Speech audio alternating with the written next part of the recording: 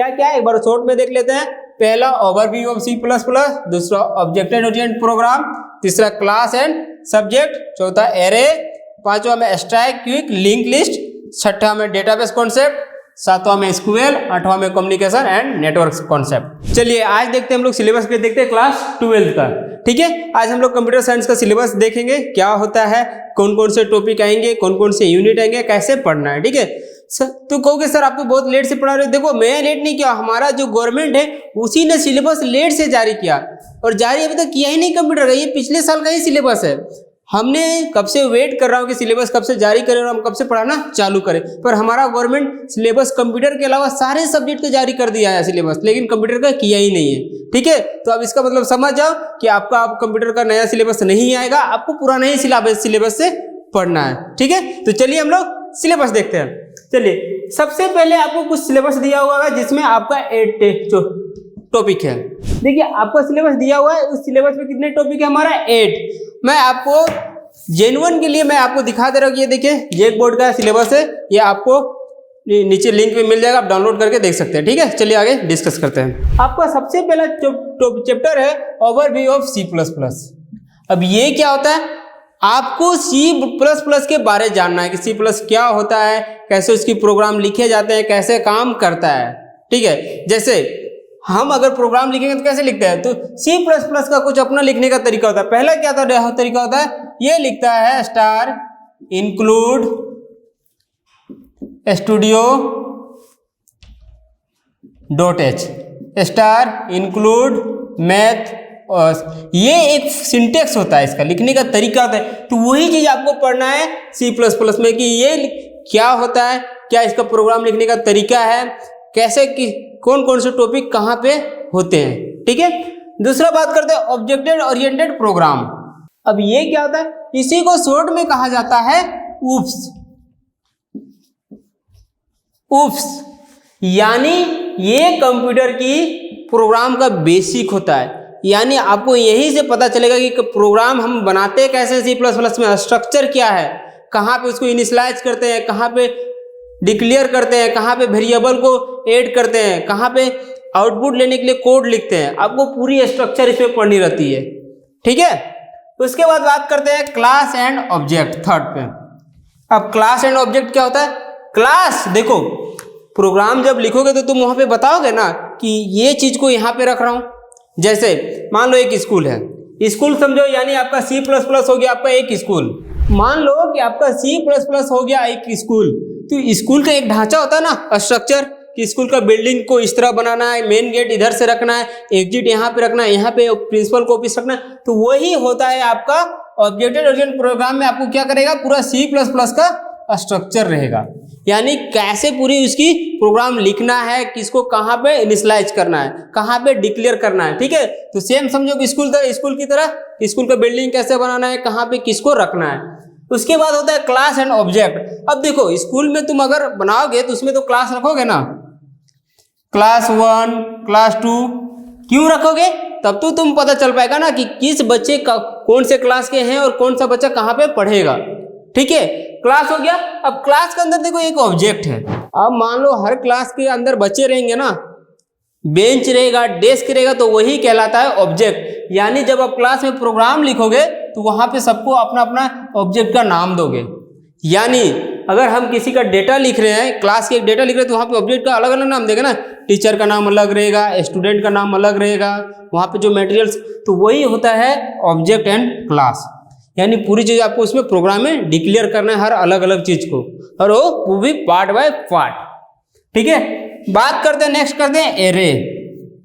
अब देखो एरे क्या होता है, एरे क्या होता है, लिस्ट टाइप का होता है। यानी आपको क्या करना है, एक ग्रुप बाय ग्रुप रखना है। जैसे हम कैसे बनाते हैं कि अगर गर्ल्स है तो गर्ल्स का एक ग्रुप बना देंगे, क्योंकि क्लास में हमें डिवाइड कर देंगे दो भागों में, बॉयज एंड गर्ल्स में, बॉयज एंड गर्ल्स में। तो यही एरे क्या करता है, इसी को सेम डेटाबेस को बांटता है। यानी इसकी जो प्रोग्रामिंग होती है उसको बांटता है इस दो भागों में, दो भाग में, तीन भाग में, जैसे आपको बांटना है, जिस तरह से एरे को इनिशियलाइज करना है। जैसे अब मैंने कहा एक सिंपल गर्ल्स एंड बॉयज में ले लिया। एक हम ऐसे कह सकते हैं, जब रिजल्ट निकलेगा तो मार्क्स के हिसाब से हम डिवाइड कर सकते हैं कि जिसका 300 से एबव आया वो फर्स्ट डिवीजन है और जिसका कम आया है सेकेंड डिवीजन है। और उन सबको हम एक लिस्ट में रख देंगे कि मान लो 60% लाने वाले कितने स्टूडेंट है, 1 2 3 4। तो ये हो गया आपका एरे सिस्टम। यानी आपको एक नाम दिया रहेगा ऑब्जेक्ट ए के अंदर ये आते हैं 1 2 3 ये।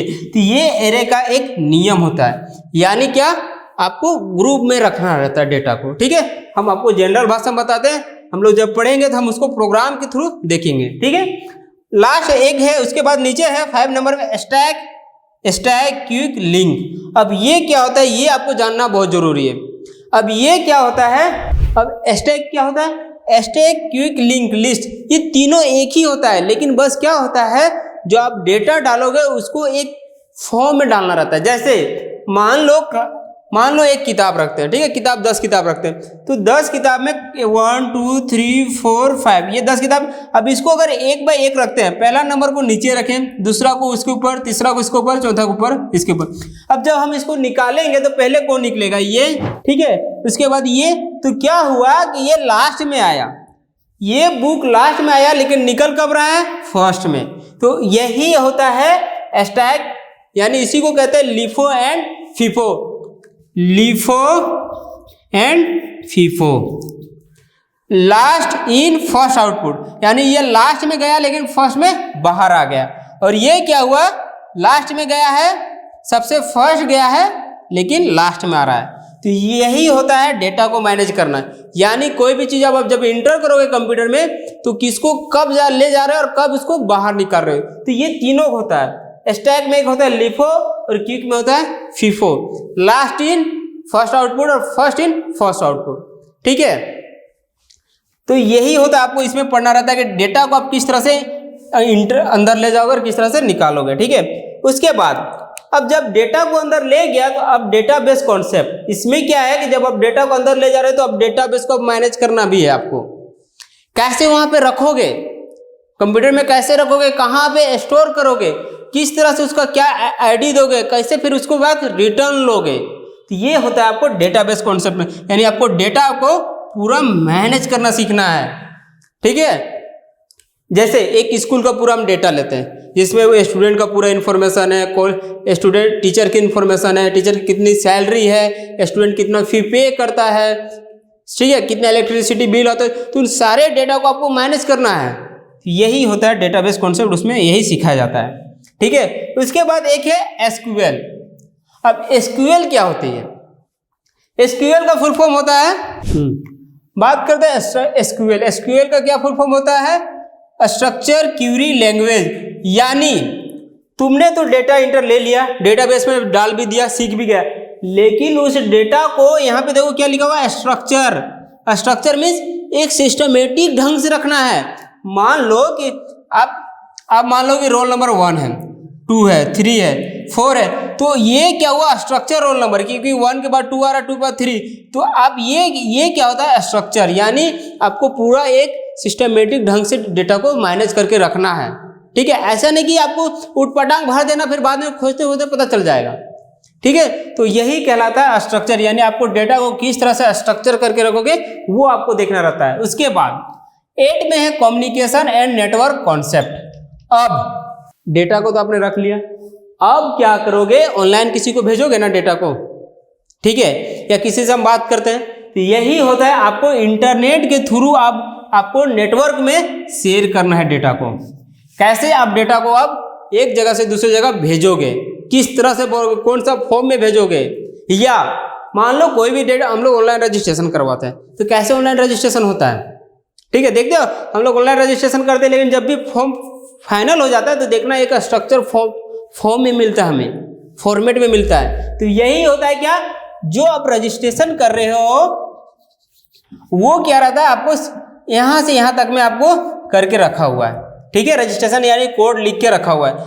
जैसे ही आप उसके बाद डेटा डालते हो, यहाँ से क्या हुआ, इनपुट किया डेटा आपने, इनपुट करने के बाद डेटाबेस में गया, उसके बाद जैसे ही आप फाइनल कर देते हो तो आपको देखना एक अच्छे से प्रिंट मिल जाता है पीडीएफ फॉर्म में। तो ये कौन करता है, डेटाबेस के साथ साथ एसक्यूएल जो आपका स्ट्रक्चर किया, उसके बाद आपको इंटरनेट में पीडीएफ मिल गया। यही आपको पढ़ना है 12th में। ठीक है, अगर आपको मेरी वीडियो अच्छा लगता है तो आप हमें कमेंट करें, और आगे वीडियो पढ़ने के लिए या हमारे ग्रुप से जुड़ने के लिए आप अपना व्हाट्सएप नंबर हमें कमेंट करके शेयर कर सकते हैं। Thank you, bye, see you next day. एक तो लाइक और शेयर ठोक दीजिए, महाकाल का दबा के लाइक और शेयर ठोक दीजिए, 5000 लौटे दिख जाना चाहिए।